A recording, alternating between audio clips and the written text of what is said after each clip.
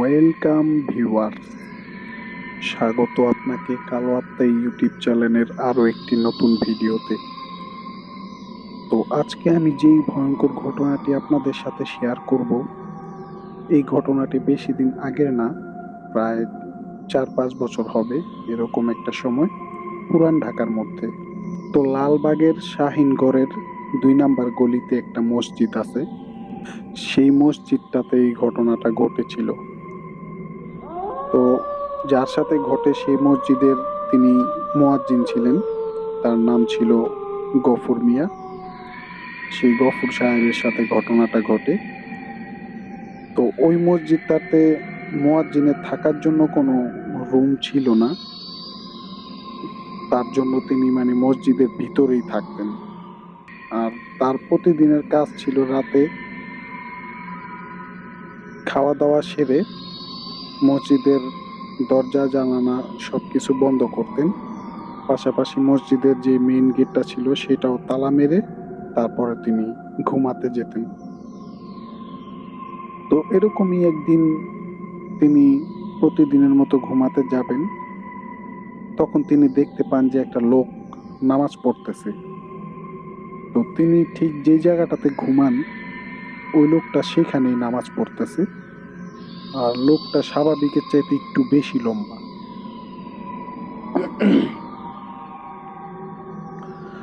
তো তিনি বসে কতক্ষণ অপেক্ষা করেন যে আসলে তিনি যেই পাশটাতে ঘুমান ওই পাশটাতে লোকটা নামাজ পড়তেছে। আর আপনারা জেনে থাকবেন যে আসলে নামাজের সামনে দিয়ে হাঁটা চলা করাটা এটা মানে নিষেধ।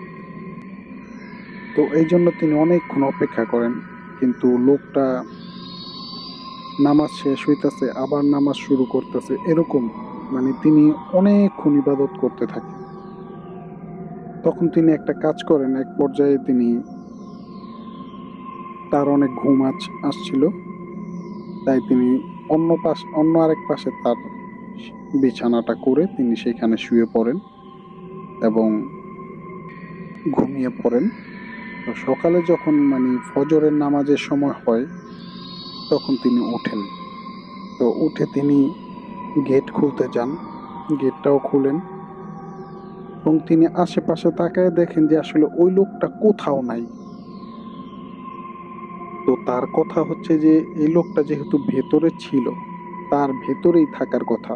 আর তিনি হয়তো এইটাই ভাবছিলেন যে তিনি হয়তো রাতে থাকবেন ভিতরে, কিন্তু তিনি ওই লোকটাকে আর কোথাও খুঁজে পাননি।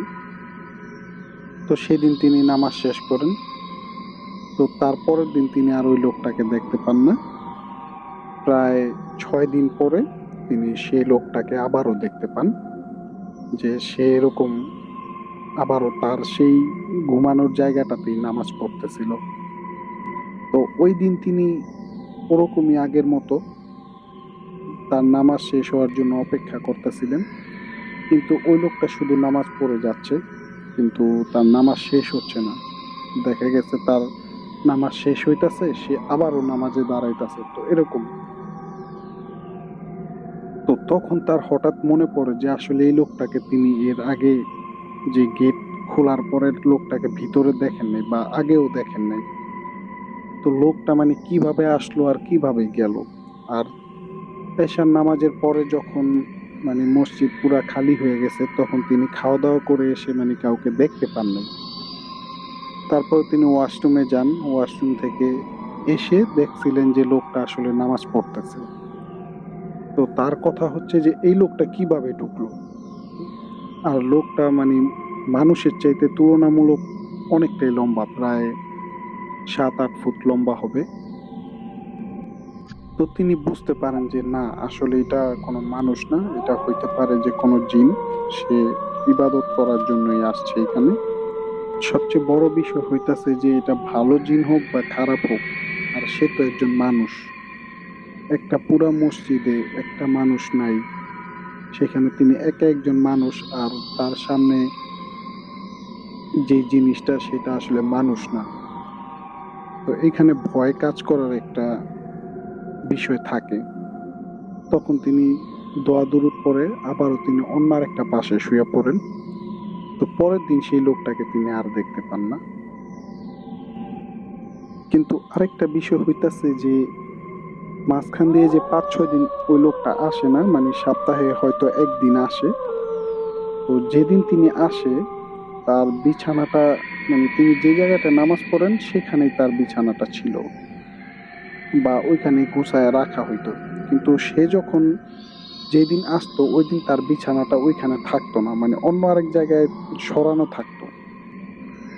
তো এইটা মানে তিনি এর আগে খেয়াল করেন নাই, কিন্তু ওই দিন তিনি আবারও দেখেন যে সেই লোকটা আবারও আসছে, কিন্তু তার বিছানাটা অন্য আরেক পাশে রাখা।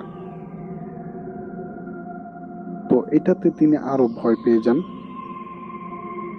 তো সেই দিনকার মতো তিনি আবারও দোয়া দরুদ পড়ে সেখানে ঘুমান।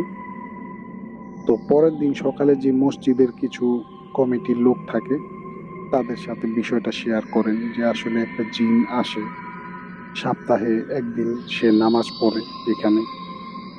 তো এইখানে তার একা থাকতে ভয় হয়। তখন সেই কমিটির মধ্য থেকে একজন লোক তাকে বলে যে আরে এইগুলা ভয় পাওয়ার কিছু নাই, আর এটা আপনার মনের ভুল বা বিশ্বাস করতে চায় না। তখন সে তাকে বলে যে ঠিক আছে, আপনি আমার সাথে কিছুদিন থাকেন, তাহলে আপনি হয়তো দেখতে পারবেন। ঠিক যে বলা সেই কাজ, সে তার সাথে থাকে। কয়েকদিন থাকার পরে তিনি দেখেন না। তো হঠাৎ একদিন এরকমই তিনি সেখানে শুয়েছিলেন। মাঝরাতে হঠাৎ সেই মুয়াজ্জিনের ধাক্কায় তার ঘুম ভাঙে। তো তিনিও সেই অবয়বটাকে দেখতে পান যে সেই অবয়বটা মানে তুলনামূলক অনেকটাই লম্বা এবং সে নামাজ পড়তেছে। কিন্তু ওই দিন তাদের বিছানাটা কিন্তু তার নামাজের সামনেই ছিল। তখন তারা মানে কানাকানি করে একজন আরেকজনকে বলতে থাকে যে এটাই কি সেই? তখন সে বলে যে হ্যাঁ, আসলে এই লোকটাই, এইটাই জিন, এটা কোনো মানুষ না। কিন্তু এখানে কিন্তু কোনো ভয়ের বিষয় নাই। কিন্তু যখন তারা জাগ্রত হয়ে যান, কিন্তু মুয়াজ্জিন একবার তাকে বলেন যে আসলে ভাই, যেহেতু জিন হোক বা মানুষ হোক যেটাই হোক নামাজ পড়তেছে, আসলে আমরা এখানে নামাজের সামনে শুয়ে আছি, তা আমরা কিন্তু পারি এখান থেকে সরে অন্য আরেক জায়গায় যেয়ে শুতে। তো ওই লোকটা তাকে বলে যে আরে ভাই, কথা বললেন না, চুপচাপ শুয়ে থাকেন, এখানে অস্বাভাবিক কিছু, এটা স্বাভাবিক কিছু না, এখানে আপনি চুপ করে শুয়ে থাকেন, এখন উঠতে গেলে সে হয়তো কোনো ক্ষতি করতে পারে। তো এইটা বলে সে তাকে মানে সেখানে চুপ করাই দেয়। মানে যে ভয়ঙ্কর বিষয়টা খেয়াল করেন যে সেই অবয়বটা, মানে বোঝা যাচ্ছে যে আসলে মসজিদে মোটামুটি অন্ধকার ছিল, মানে আলো অন্ধকার আলো অন্ধকার এরকম একটা অবস্থা, যেমন কিছু ডিম লাইট জ্বালানো ছিল। কিন্তু ওই অবয়বটার যে জামাটা ছিল, তার ওই জামাটা খুবই উজ্জ্বল ছিল। তখন দেখেন যে সে আসলে মানে নামাজ শেষ করে যখন বসে, মানুষ যখন সালাম ফিরায়, মানে শেষ করার আগ মুহূর্তে যে সময়টা, সে ওরকম অবস্থায় আছে এবং সে সালামটা ফিরায়। সালামটা ফিরানোর পরে সে মানে ওই যে বিছানাটার দিকে তাকায় আছে। তখন তারা হয়তো বুঝতে পারেন যে লোকটা হয়তো বুঝতে পারছে যে তারা জাগ্রত অবস্থায় আছেন। তখন তারা মানে দুজনে মানে মারাত্মক ভয় পেয়ে যান এবং দোনোজনই ঘামতে থাকেন। আর একজন আরেকজনকে মানে বলেন যে চুপ, কোনো শব্দ করবেন না, এরকম ইশারায় বলতেছিল।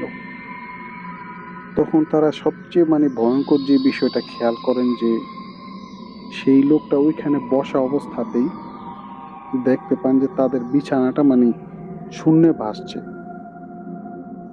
এবং শূন্যে ভাসতে ভাসতে মসজিদের আরেকটা কোনায় তাদের ওইখানে আস্তে এর উপরে রেখে দেয় এবং সে তার নামাজ পড়ে সেখানে মানে একটু পরে দেখেন যে সে ওইখানে নাই, তারা মানে দেখেন যে ওই জায়গাটা খালি। তো এটা দেখে দুজনই মারাত্মক ভয় পান, কিন্তু তাদের কোনো ক্ষতি হয় নাই। জাস্ট তাদের বিছানাটা মানে হাওয়ায় ভাসতে ভাসতে আরেক মসজিদের আরেক পাশে চলে গেল। তখন তারা মানে দুজনেই সেখানে মানে বলতে থাকেন যে আসলে কি ঘটলো এটা। তখন তারা দুজনই সেখানে মানে সারা রাত আর ঘুমাতে পারেন নাই। তো পরের দিন যারা ছিল মসজিদের কমিটি সবাইকে এই ঘটনাটা বলা হয় যে আসলে এই ঘটনাগুলো ঘটছে রাতে। তখন সেই মসজিদ কমিটিরা তাদের জন্য একটা রুমের ব্যবস্থা করে দেন যেখানে মুয়াজ্জিন থাকবে।